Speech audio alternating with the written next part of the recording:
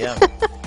You know what time it is. We've got 6 things that you should know, and we're focusing mainly on health today, so we're number 1 on our Tuesday list. We have the best news that you'll hear all day, and that's because new research says it's okay to overeat, but just once in a while. The research found the body adapts to occasional short-term overeating. Yeah, researchers from Australia studied a small group of healthy, lean men with an average age of 22. Study found short-term overeating did not have a significant effect on the men's weight or fat mass, and researchers say the body takes measures to compensate when a person takes in too many carbohydrates. So every now and then we can treat ourselves. Right. Also, the gentleman that they apparently did the study on was 22. So, yeah, maybe nothing to pertain to everybody. Once you're a little older, maybe not. That candy looks so good, by the way. What is happening? Indulging isn't that bad. What was that? Now I want some candy. I do too. And number 2 on our list, blaming yourself when things go wrong might be more dangerous than you think. So a study shows that people who are hard on themselves are more likely to develop OCD or generalized anxiety disorder. Yeah, researchers from the University of Hiroshima testing the theory discovered participants who scored higher in inflated responsibility were more likely to exhibit obsessive behaviors. The study finds those with OCD were tortured by negative thinking, while those with GAD worry about everything. Experts say simply questioning your fretting may help you snap out of it and suggest giving yourself a break for your health. Yes, don't worry too much. And third today, there may be a technology that can predict when employees will quit. What? IBM says it has a patented program that can detect when its workers want to leave their jobs. So the tech giant claims the artificial intelligence tool is 95% accurate. That's pretty accurate. The company is not revealing the details of the software, but similar programs use methods such as scanning emails, tracking attendance, and watching social media feeds to gather data.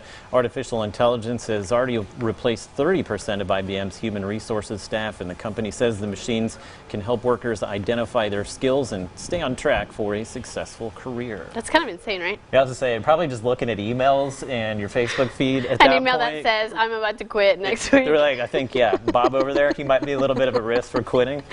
And fourth on today's health list, according to a new report from the CDC, chicken causes more foodborne illnesses than any other meat. So the CDC estimates that about 1 million people get sick every year from eating salmonella-contaminated poultry. And if you're planning on having chicken tonight, just make sure to take the proper precautions, aka cook the thing. Yeah, and wash your hands with warm soapy water before and after handling raw meat. And we know it has been passed down for generations, but the CDC says you shouldn't wash uncooked chicken because it can contaminate other foods and utensils nearby. I've definitely had food poisoning from chicken. Not a lot of fun. It's happened, really? Not a lot of fun. I think I got it from cheese one time. It was ugly. Cheese? I think that's the only thing I can remember. Do you still have a good relationship with cheese? I do, very good. A very good one. So I didn't a ruin very that. good one, very strong. You and chicken, you're still good too? Oh, okay. So good. Yeah. We're good. I'll forgive it.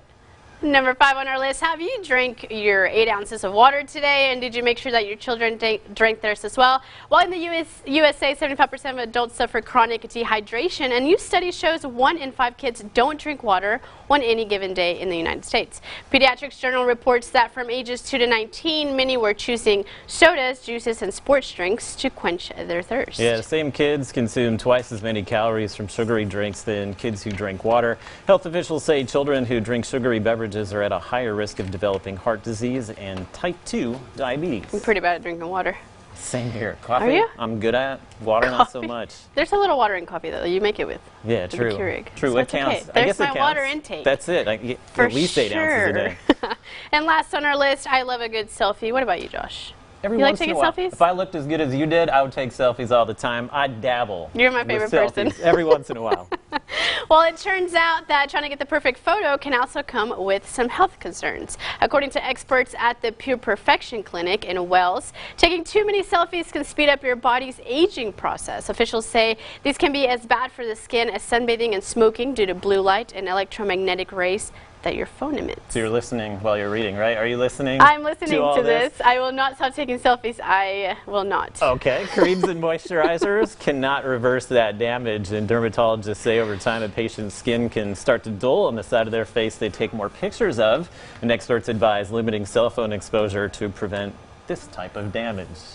My face is going to melt off, is what you're telling me. Just the one side, so make sure you even it out so it melts off on both sides evenly. Oh my gosh.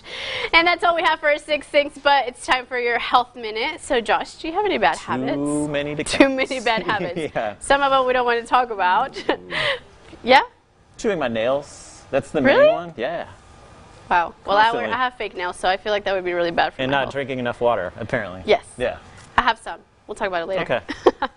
Ask anyone who has ever tried to break a bad habit, and they'll tell you that it's easier said than done. Yeah, in today's Health Minute, Reed Binion explains what this is all about. Whether it's giving up smoking or junk food, there's at least one bad habit that most people would love to break, or at least have made countless attempts to break. Because habits can influence our behavior, they can be leveraged for positive change, but they can also hold back progress. A great rule of thumb, however, is to replace a bad habit with a better one. And one is often the inverse of the other, which can work in your favor, like eating clean is eating less junk, and working out is being less sedentary.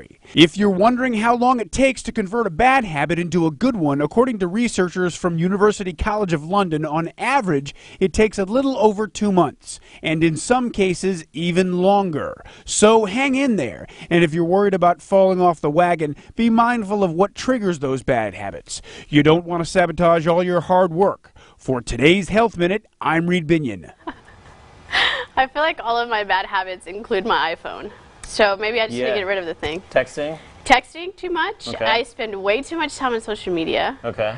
I take way too many selfies. Yeah. What else? So if you lost your phone, you would, I mean, I would probably die. yeah, you would know, you wouldn't even know what to do. Yeah. Yeah. But I think that's all I can think of. Man, I'm just Yeah. a great person overall. There's a few. I mean, if you sat me down and had me list them all out, they're not coming off the top of my head, but it would probably be a long You would just list start crumbling. by the time it was done, yes. Well, coming up, faith is important, and we're talking about the National Day of Prayer, which is coming up soon. Yeah, summer will be here before we know it. Almost feels like it today. Hear how you can keep up with your kids' reading. Coming up next on Living Local.